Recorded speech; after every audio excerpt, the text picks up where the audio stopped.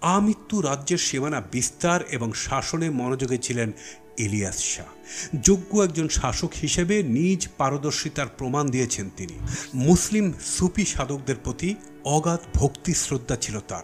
বিচক্ষণ এই সুশাসক জানতেন সালতানাতের রাজনৈতিক স্থায়িত্ব বৃদ্ধিকরণ এবং সুন্দরভাবে রাজ্য পরিচালনার জন্য হিন্দু সম্প্রদায়ের অভিমত উপেক্ষা করার সুযোগ নেই।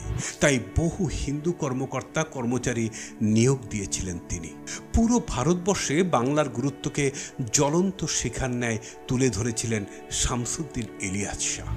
বাংলার লোকদের দিয়েছিলেন এক স্বতন্ত্র পরিচয়। 2,32,000 বর্গ কিলোমিটারের এক অঞ্চলকে তিনি বেঁধে দিয়েছিলেন একক রাজনৈতিক ও জাতিগত পরিচয়ে।